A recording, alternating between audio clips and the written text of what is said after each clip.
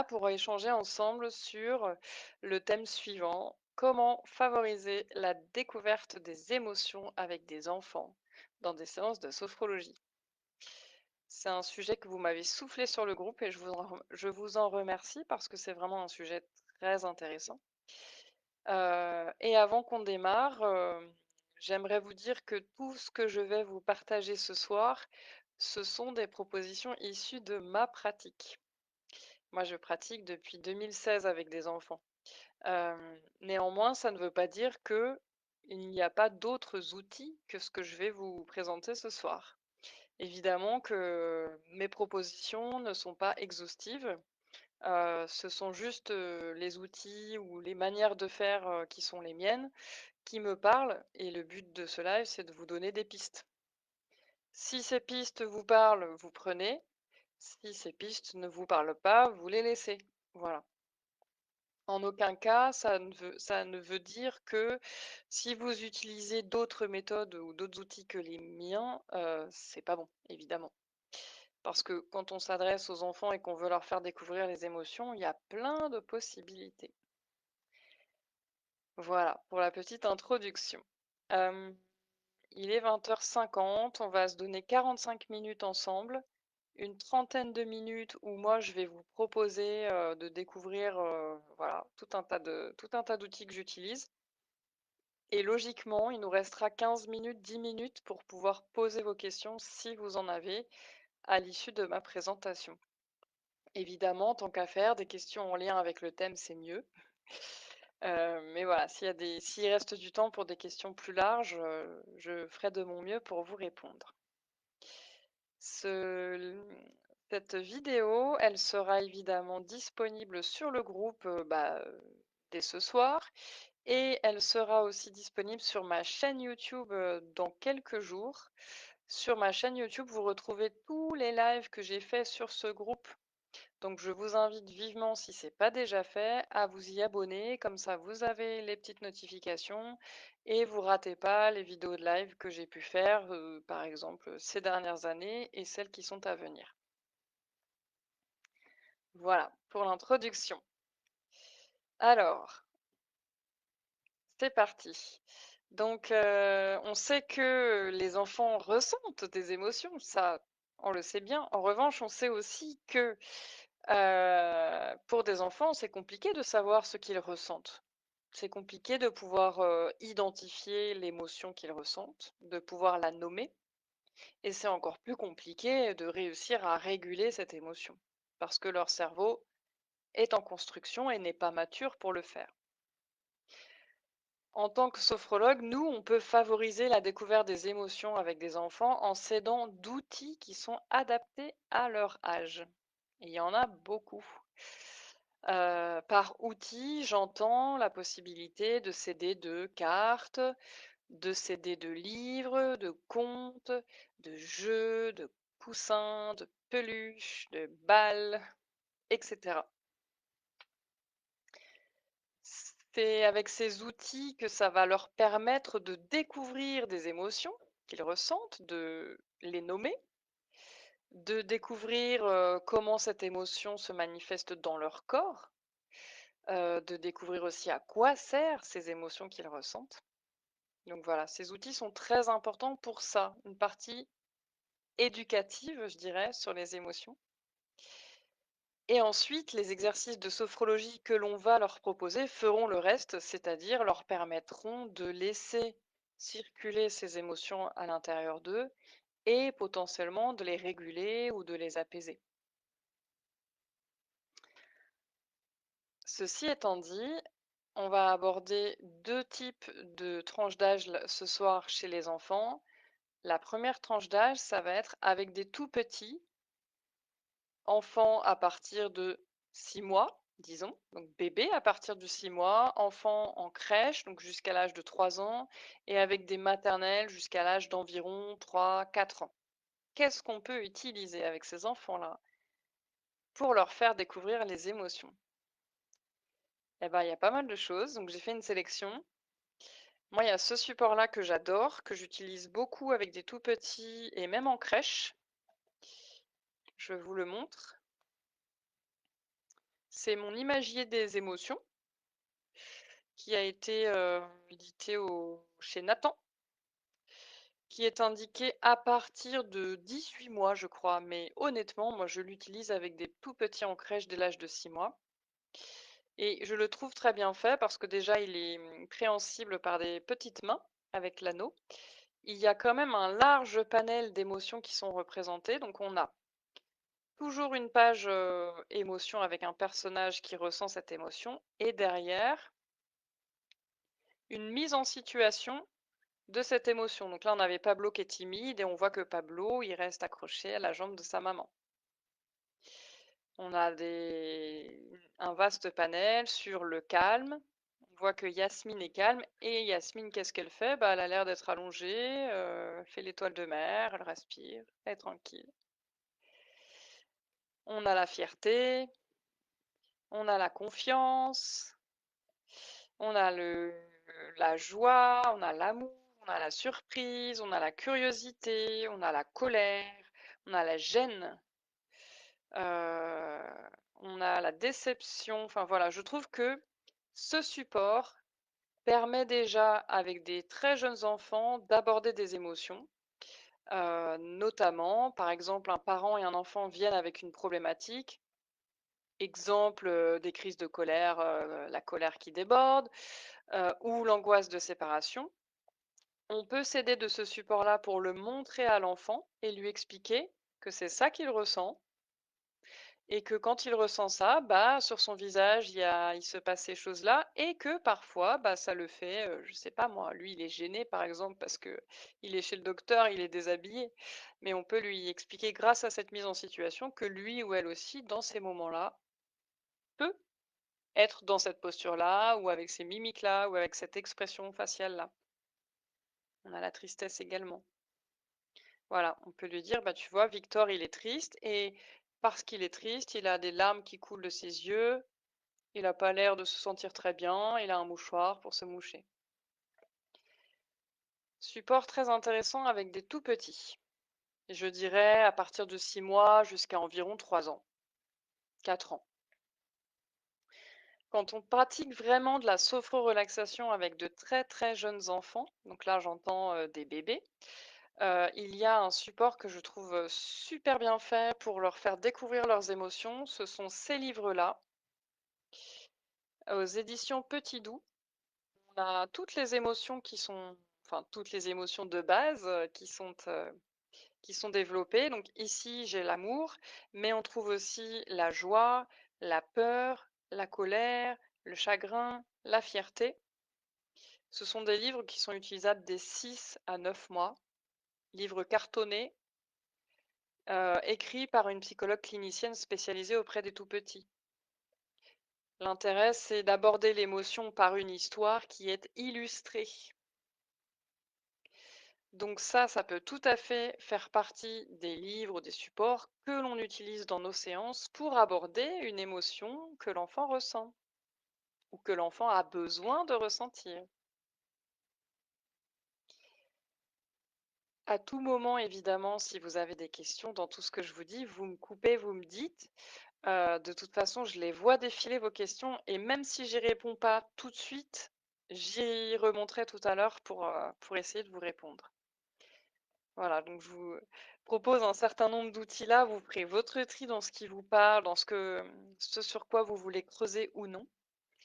Euh, Évidemment qu'on peut aussi utiliser Gaston la licorne, le grand classique. Alors il est indiqué à partir de 3 ans. Personnellement, je le trouve complexe en dessous de 3 ans, ou en tout cas, il faut l'adapter. Néanmoins, on peut tout à fait amener un tout petit de maternelle à utiliser la roue de Gaston la licorne, qui va lui permettre de découvrir un certain nombre d'émotions de base, la joie, l'excitation, la timidité, la peur, la jalousie, la colère, et on va pouvoir lui demander comment il se sent, plutôt comme ci, plutôt comme ça, en tournant la petite flèche. Pourquoi pas utiliser les histoires qui sont de toute façon des histoires de sophrologie, mais avec des tout petits, parfois ces histoires sont un petit peu complexes, et c'est pour ça qu'on avait créé avec Nadine Atmani nos sophrocontes pour les 2-5 ans, qui n'est pas la couverture finale, parce que dans la couverture finale, c'est ce gros charromi qu'on voit en énorme. Et ça m'amène à vous présenter la comptine des émotions, qui est aussi un outil que moi j'utilise énormément avec des tout petits, puisque l'intention de ce sophrocon, c'est de découvrir les émotions. Et les tout petits l'adorent, que ce soit en crèche, en cabinet, à 1 an, à 2 ans, à 3 ans, à 4 ans, ça marche à tous les coups. C'est une comptine qui se chante, en tout cas qui se mime, donc c'est quelque chose d'interactif. Je vous fais juste une très courte démo sur 2 des émotions qui sont abordées dans cette comptine, même s'il y en a plus que 2, mais ça vous donne un extrait de cette comptine des émotions. Avec la peur et la colère, par exemple. Donc on a émotion, émotion, c'est la peur, mon cœur bat à 100 à l'heure, je cache mes yeux, à tout à l'heure. Émotion, émotion, c'est la colère, ma voix gronde comme le tonnerre, et je tape des pieds par terre. Voilà, par exemple. On a aussi dans cette histoire la tristesse, le dégoût, la surprise, la joie, et ça permet d'aborder le thème des émotions avec des tout petits en mimant, aussi en captant son attention justement grâce à ce chant, grâce à ces gestes, pour lui faire comprendre que chaque émotion induit une expression faciale, une attitude, une posture différente. Et bien souvent, ça capte l'attention des tout petits et ensuite, vous pouvez même aller plus loin et reprendre le petit imagier des émotions s'il y a une émotion en particulier que vous voulez creuser.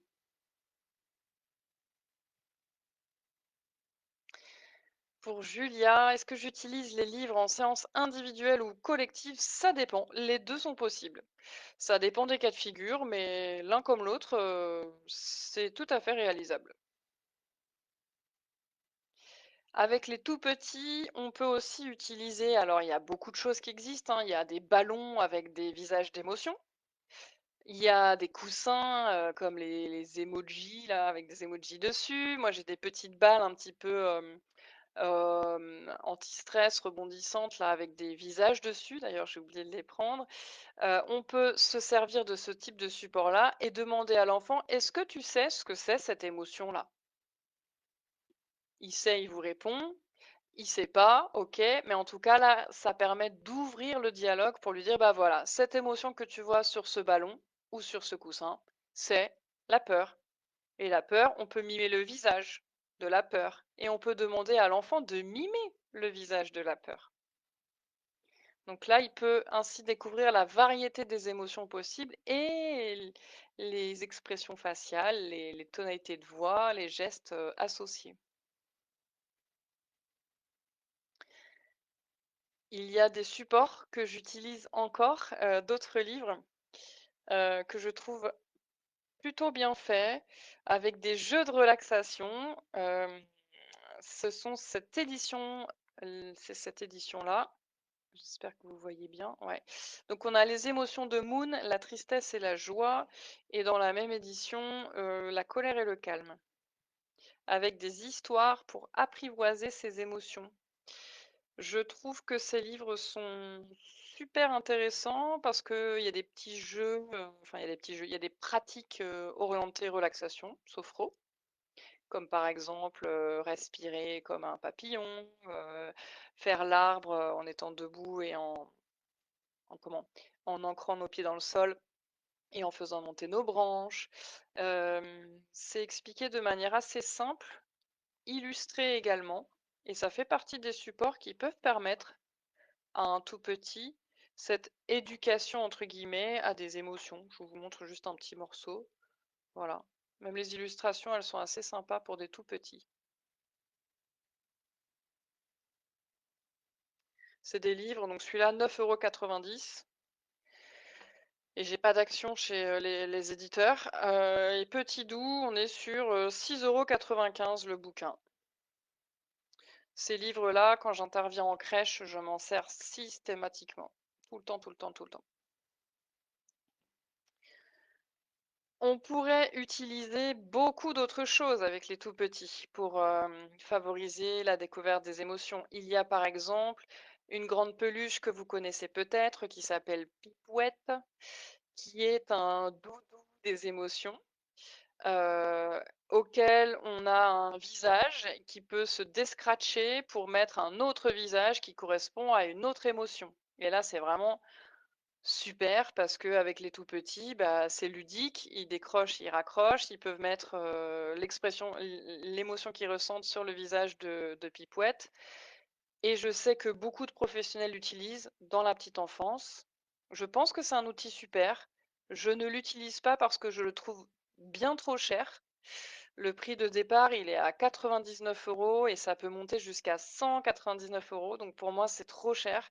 Mais je pense que c'est quand même un support intéressant si vous voulez aborder les émotions avec les tout petits.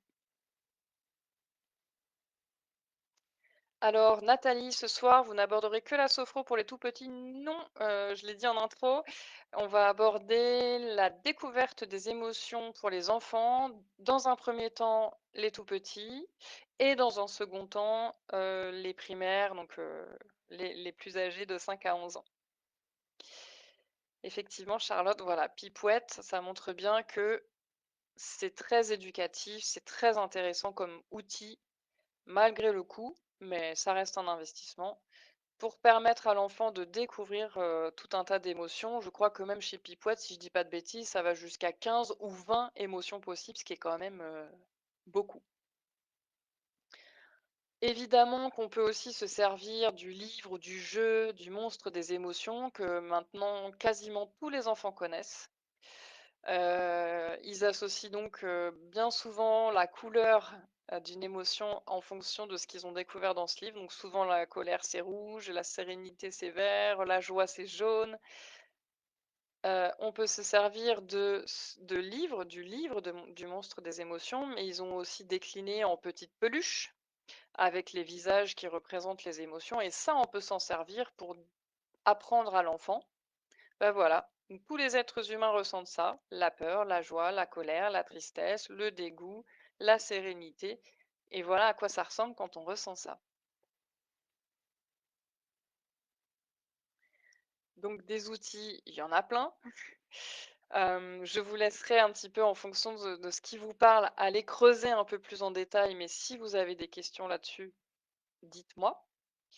Pour ma part, en tout cas, les principaux outils que j'utilise, l'imagier des émotions, Sophroconte, comptine des émotions, mais aussi d'autres sophrocontes qui vont parler des émotions, qui vont les apaiser, notamment le kimono, pour celles et ceux qui le connaissent et pour qui ont le livre des sophrocontes de 5 ans. Dans l'histoire du kimono, on va parler de l'émotion de la frustration. Dans l'histoire du souffle magique, on va parler d'une autre émotion qui est l'excitation, l'agitation. Voilà. Donc forcément que je me sers des supports qu'on a créés avec Nadine au quotidien.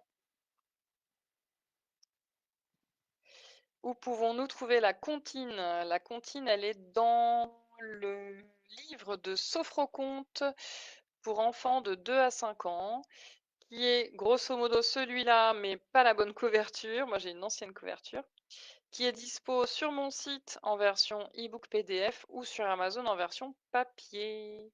Ça fait partie de tous les sophrocontes qu'on a écrits avec Nadine Atmani, ma super collègue et amie, et qu'on utilise nous-mêmes et qu'on propose à d'autres sophrologues pour accompagner les enfants. Voilà. Je pense que c'est déjà pas mal ces quelques outils pour amener des enfants d'un jeune âge à découvrir des émotions. Ce qui marche bien aussi, c'est utiliser ce type de planche. Alors moi, j'ai une planche un peu à l'ancienne, mais peu importe, ça fait le job. Donc on peut aussi leur montrer des photos et faire un petit quiz. Bah voilà, à ton avis, ce petit garçon-là, qu'est-ce qu'il ressent comme émotion? Et on va ouvrir le dialogue. Bah, est-ce qu'il ressent de la colère? Est-ce qu'il ressent de la tristesse? Est-ce qu'il ressent de la joie? Évidemment que nous, on a la réponse. Et qu'après, on peut dire, bah voilà, ce petit garçon-là, il boude, il n'est pas content. Et toi, quand est-ce que tu n'es pas content? Est-ce que quand tu n'es pas content, toi aussi, tu fais comme ça? Voilà, on peut ouvrir quelque chose à partir d'une image. Et cette petite fille, à ton avis, qu'est-ce qu'elle ressent? Bah, de la joie. Et toi, alors, t'es comment quand tu es joyeux? Comment ça se voit sur ton visage? Et puis, voilà, les possibilités sont multiples, hein, des images, on peut en avoir plein, avec des enfants de tous les âges. Tac. Et voilà, ça ouvre quelque chose déjà sur la découverte des émotions et ce type de planches, je les utilise aussi parfois au centre de loisirs avec des groupes, d'enfants d'école primaire, hein. Et ça permet un peu de voir où est-ce qu'ils en sont justement dans la connaissance des émotions, c'est très, très intéressant. Si vous avez des questions déjà jusque-là, n'hésitez pas à me les faire parvenir.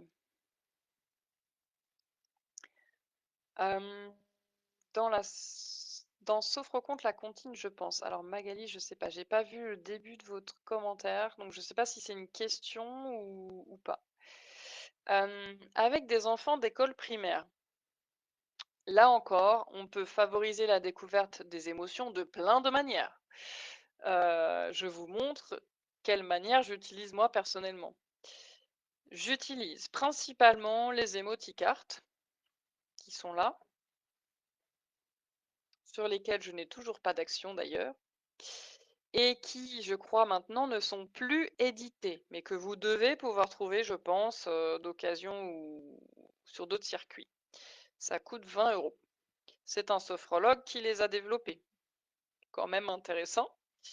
On a 10 cartes rouges qui correspondent à des émotions désagréables. Souvent, ce que je fais pendant la première anamnèse avec un enfant, je place ces cartes d'émotions désagréables face à lui au bout d'un moment quand on a échangé sur sa problématique. Je lui demande de les regarder une par une et de mettre de côté celles qu'il ne connaît pas. Par exemple, on va dire qu'il ne connaît pas celle-là. Il ne connaît pas l'angoisse et il ne connaît pas non plus, je sais pas moi, qu'est-ce qu'on pourrait dire? Mmh, il ne connaît pas le stress. OK. Une fois qu'il a mis de côté celle qu'il ne connaît pas, moi je me sers de ce qui est inscrit au dos de cette carte. Il y a qu'est-ce que l'angoisse? Ça nous donne une définition. Il y a à quoi sert l'angoisse? Ça nous donne un but, une utilité. Et il y a quand je suis angoissée, je sens que, avec des symptômes physiques. Et à partir de là, on va pouvoir lui dire, voilà, lui apprendre, ben voilà, l'angoisse, c'est ce que tu ressens quand tu te sens pas bien, mais que tu sais pas vraiment pourquoi. À ton avis, à quoi ça sert l'angoisse? Soit il a une idée, soit il en a pas. Et ben l'angoisse, ça sert à te donner comme une alarme pour te dire qu'il y a quelque chose qui devient vraiment trop important pour toi. Et toi, alors, est-ce que tu ressens ça parfois? Et là, on ouvre le dialogue et ça peut permettre à l'enfant de prendre conscience que finalement, l'émotion qu'il ressent depuis un moment, c'était de l'angoisse. Et quand tu ressens ça, alors, est-ce que tu as du mal à respirer? Oui, non. Est-ce que tu as du mal à dormir? Oui, non. Il y a tout un tas là de... On les voit un peu flous, mais ouais, faut que je... je sais pas à quelle distance les mettre. Tout un tas de cases à cocher. Je pleure, j'ai mal au ventre, je me sens tout tendu, je me dis des choses négatives et voilà, on va pouvoir affiner grâce à ces super cartes, l'émotion que ressent l'enfant et aussi l'aider à la scorer. Cette angoisse, tu la ressens à combien sur cette échelle de 1 à 5? 1 un tout petit peu, 2 un peu plus, 3 moyen, 4 fort ou 5 super méga fort? Donc pour moi, c'est une super base très précieuse parce qu'il y a quand même 10 émotions, ce qui est plutôt un bon panel, même s'il y a pas tout. Mais c'est déjà pas mal. Et on a la même chose avec les émotions agréables, forcément. Et donc, bah, est-ce qu'il y en a que tu ne connais pas? Alors souvent, les enfants ne connaissent pas celle-là, la reconnaissance. Et souvent, ils ne connaissent pas non plus celle-ci, l'estime de soi. Donc ça permet, là encore, d'avoir un rôle éducatif, de leur dire, bah voilà, l'estime de soi, c'est ça, à quoi ça sert, et toi, où est-ce que tu en es dans l'estime de toi, etc. Donc franchement, pour moi, c'est l'incontournable. Ah merci Magali, super. Donc les émoticards, je les utilise tout le temps, tout le temps, tout le temps en séance individuelle avec, les enfants parce elles permettent de mettre des mots sur des émotions qui sont ressenties. Elles permettent de préciser des sensations physiques, associées et de faciliter le scoring, voilà, de l'intensité, de noter l'intensité de l'émotion. Avec les enfants, comme je le disais tout à l'heure, on peut aussi utiliser les planches, hein, n'importe quelle planche d'émotion pour aller voir, bah, voilà, où est-ce qu'il en est l'enfant dans sa connaissance des émotions? Est-ce qu'il arrive à les reconnaître ou pas? Est-ce que lui-même, ressent ça parfois et dans quelle situation? Alors, sur le site Momox, elles sont en vente d'occasion. Merci Nathalie. Oui, j'imagine aussi peut-être on en trouve, je sais pas, sur Vinted, je pense, on en trouve peut-être même sur Etsy, heu, voilà. Mais à mon sens, c'est intéressant de les avoir.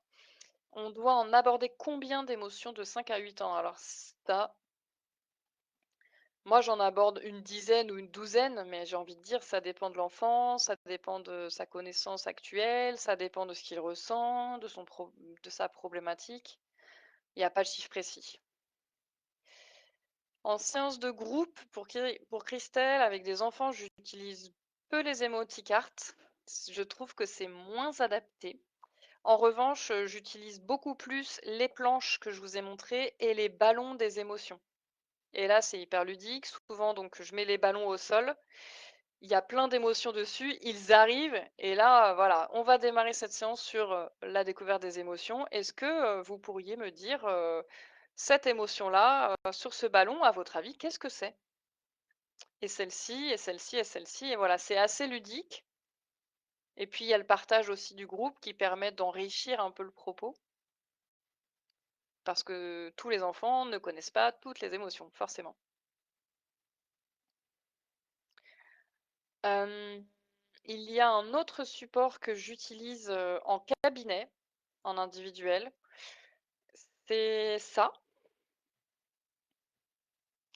les cahiers Filiosa, colère et retour au calme, je m'en sers quand même très souvent et un autre, qui s'appelle Mes émotions.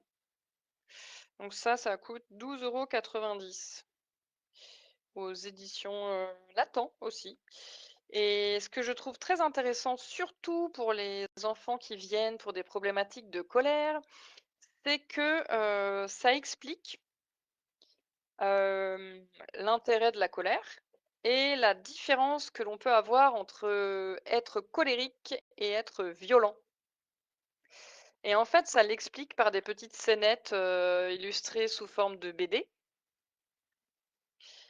Ce que je trouve bien fait parce qu'on peut en anamnèse aborder l'émotion avec l'enfant sous cet angle-là. Regarde, on va regarder ce que nous dit le professeur Colérius qui étudie la colère depuis plus de 130 ans. Il nous définit ce que c'est la colère, une énergie qui nous vient de l'intérieur de notre corps. Elle sert à nous définir, à dire nos limites, ce qu'on aime et ce qu'on n'aime pas, ce qui nous blesse. La violence, c'est blesser l'autre, lui faire mal, c'est chercher à forcer l'autre au lieu de chercher à le comprendre et à ce qu'il nous comprenne.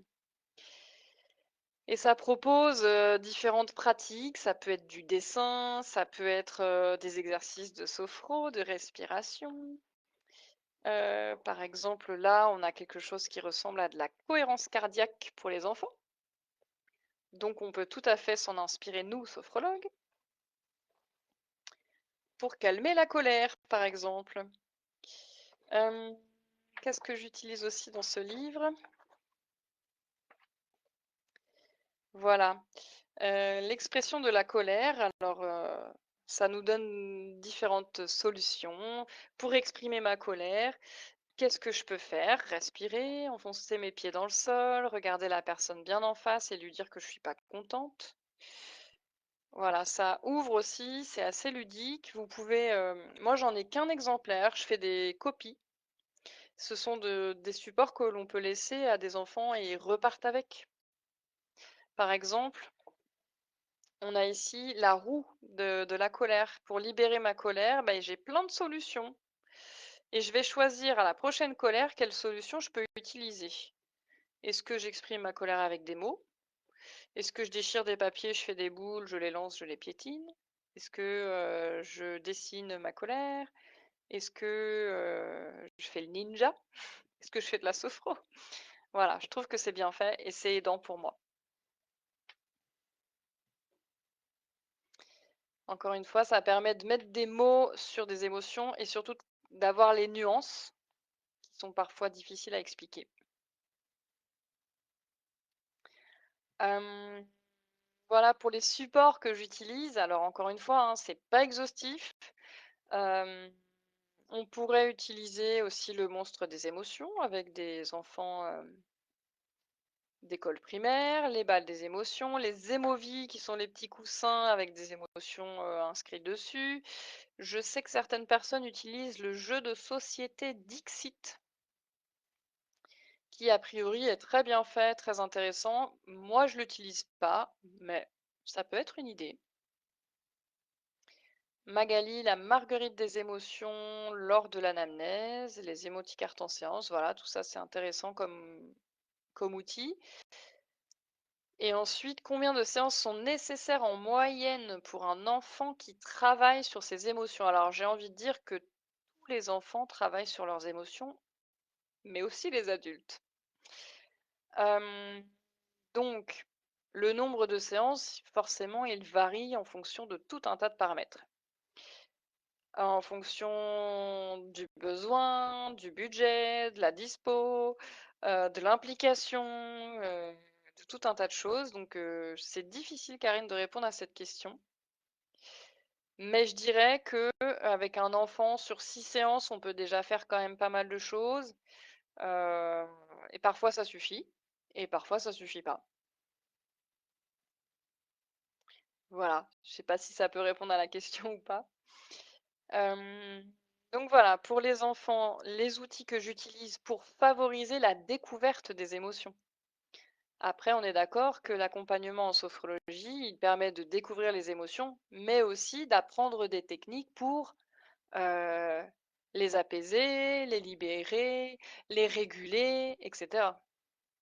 Et c'est pas le sujet d'aujourd'hui. Aujourd'hui, on est vraiment dans la découverte. Voilà, je crois que je vous ai dit un certain nombre de choses, donc je vais laisser la place à vos questions si vous en avez, pour les 10 petites minutes qui nous restent. Hem, alors, est-ce que Magali, quand vous parlez de la marguerite des émotions, vous parlez du sophroconte qu'on avait créé avec Nadine ou est-ce que vous parlez d'un autre support? Parce qu'il existe peut-être un autre support, il y a aussi des roues des émotions, d'ailleurs je l'ai oublié celle-ci. Il existe la roue des émotions que j'utilise aussi avec les enfants en séance, surtout en début de séance. Je l'ai oublié à mon cabinet, mais je vous mettrai le lien dans les commentaires si vous voulez. Elle a 3 niveaux. Un premier niveau où l'enfant choisit sa météo intérieure, c'est-à-dire comment il se sent quand il arrive en séance. Soleil, nuages, pluie, tonnerre. Un deuxième niveau où l'enfant choisit quelle émotion principale il ressent en arrivant. Est-ce que c'est de la peur, de la colère, de la tristesse, de la joie ou autre chose? Et un troisième niveau sur cette roue où il choisit de quoi il a besoin. Est-ce qu'il a besoin de se détendre, de jouer, de respirer, de bouger, etc. Et ça, c'est intéressant parce que ça permet à l'enfant de découvrir le panel des émotions possibles, il y en a beaucoup, et de verbaliser quelque chose qu'il aurait peut-être plus de mal à verbaliser sans ce support-là. Voilà, donc la roue des émotions, aussi quelque chose d'intéressant à avoir en cabinet, par exemple. Et aussi, pourquoi pas, en groupe. Alors, Adeline, je vais animer un atelier duo enfant-parent, thème gestion de la colère, enfant 2-3 ans. Quel support utiliserais-tu et comment animerais-tu cette séance? Alors, c'est dur parce que ça me demande d'improviser une séance comme ça en 2 secondes, alors que mes séances parent-enfant, comme toutes les autres, bah, je les prépare quand même un minimum et j'y réfléchis avant. Euh, je pense que j'utiliserais beaucoup d'exercices dynamiques. À cet âge-là, ce qui marche bien, ça va être, le singe qui a les puces, le polichinelle, on peut me l'appeler le petit singe en colère, qui décharge sa colère, qui piétine sa colère. On peut peut-être à 2 3 ans, je réfléchis sur une variante du karaté, par exemple. Hem, je vais essayer d'y réfléchir, Adeline, en lisant les autres questions. Laissez infuser ça et vous donner quelques pistes. En improvisant, c'est pas évident. En tout cas, pour le sophroconte, gestion de la colère, on a quelque chose que si on n'a pas exactement, on peut transformer. Le dragon fâché. Je ne sais pas si Adeline, vous les avez, ces sophrocontes-là, mais le dragon fâché, il va permettre d'évacuer la colère. Et dedans, on souffle une grande flamme. Donc ça peut aussi faire partie des exercices qu'on leur propose. Le dragon en colère qui souffle du feu de cette manière. Voilà. Je partirais plutôt sur des choses quand même assez dynamiques qui vont décharger.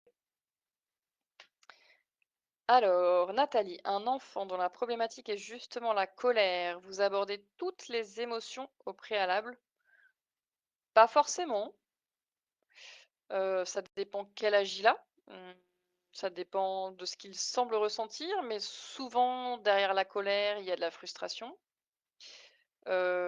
Pourquoi pas aborder le calme pour aller chercher, le pendant? Donc, pas forcément toutes les émotions si c'est pas nécessaire, mais en tout cas plusieurs émotions et pas rester focalisé que sur une seule. Parce que souvent, il y a des liens. J'espère que ça répond à votre question, Nathalie. Donc pour la marguerite des émotions, très bien, vous la trouverez sur internet gratuitement. Elle permet aussi de scorer, donc c'est super. Merci pour le partage. En séance collective, on leur demande ce dont les enfants ont besoin. Alors, ça dépend où vous intervenez. Si c'est en école et qu'on vous a donné des besoins qui correspondent à quasi tous les enfants, vous vous adapterez. Si c'est en atelier par enfant, logiquement, vous aurez un thème d'atelier. Par exemple, pour ma part, demain, c'est le thème de l'équilibre et la semaine prochaine, le thème du sommeil. Mais généralement, vous avez quand même une trame. Ce qui ne vous empêche pas d'aller poser quelques questions pour voir individuellement comment ils se sentent. Voilà. Je ne sais pas si ça répond à votre question, Marie-Lio. Il nous reste peu de temps, donc je vais répondre aux dernières questions. Ça passe super vite. As-tu des conseils pratiques pour animer une séance collective sur la découverte des émotions? Christelle, durée, taille de groupe idéal, déroulé type d'exercice, aire des comptes, sophronisation adaptée, autres conseils. Waouh! Alors, oui, mais pour quel âge, Christelle? Parce que la durée va dépendre de l'âge des enfants. Taille de groupe idéal, je dirais que 6, c'est vraiment super confortable. Ce qui ne veut pas dire qu'au-delà de 6, ce n'est pas possible, hein. Moi, souvent, j'anime des séances, ils sont 12. Je dirais que c'est moins confortable. Pour des primaires, la découverte des émotions, on peut partir sur un créneau d'1 heure dans lequel il y aura à peu près 40-45 minutes de pratique. Déroulé type, bah, pourquoi pas en anamnèse, justement, questionner sur, avec des planches, des ballons ou des coussins, sur qu'est-ce qu'ils connaissent déjà comme émotion. Est-ce qu'ils les ressentent? Oui, non. Dans quelles circonstances ils les ressentent, s'ils ont envie de partager. Et puis après, alors les types d'exercices, là encore une fois, improviser, c'est pas évident. Mais qu'est-ce qu'on peut proposer comme RD?